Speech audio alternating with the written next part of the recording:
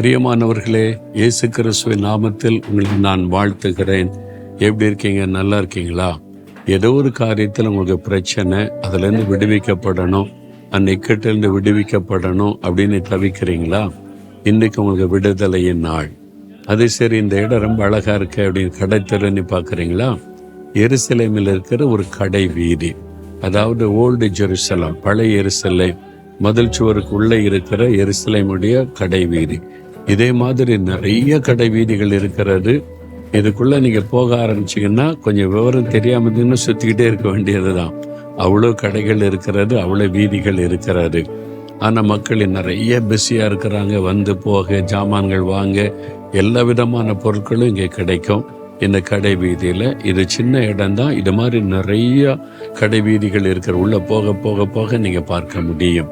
சரி, ஆண்டவர் இன்னைக்கு என்ன வார்த்தை சொல்லுகிறார் அப்படின்னு நினைச்சீங்கன்னா, எரேமியா 39:18 உன்னை நிச்சயமாகவே விடுவிப்பேன்.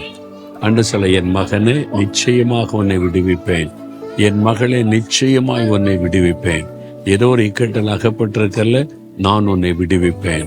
இந்த பிரச்சனையிலிருந்து விடுவிப்பேன், இந்த கட்டுகளிலிருந்து உன்னை விடுவிப்பேன், இந்த நெருக்கத்திலிருந்து உன்னை விடுவிப்பேன், இந்த அவமானத்திலிருந்து உன்னை விடுவிப்பேன், இந்த மனுஷருடைய உபத்திரவத்திலிருந்து விடுவிப்பேன், பொல்லாத மனுஷருடைய சதி ஆலோசனையிலிருந்து விடுவிப்பேன் என்று ஆண்டவர் சொல்லுகிறார். நமக்கு விடுதலை கொடுக்க சிலுவையிலே தன்னை அர்ப்பணித்து கொண்டவர், கட்டப்பட்டவராய் தொங்கினவர். அதனால கட்டாயம் உங்களுக்கு விடுதலை உண்டு. ஆண்டவர் விடுவிப்பார். விசுவாசிக்கிறீங்களா? ஆண்டவரை, இந்த காரியத்துல இன்றைக்கு எனக்கு நிச்சயமாய் விடுதலை தருவீர். விசுவாசிங்க, இன்றைக்கு ஒரு விடுதலை காண்பீங்க. அப்படியே ஜெபம் பண்ணுங்க. ஆண்டவரே, உம்முடைய வாக்குத்தத்தத்தை விசுவாசிக்கிறேன். நிச்சயமா இந்த காரியத்துல இன்றைக்கு எனக்கு விடுதலை தருவீர். விசுவாசிக்கிறேன். அற்புதமான மாற்றத்தை எதிர்பார்க்கிறேன். இயேசுவின் நாமத்தில் ஆமேன், ஆமேன்.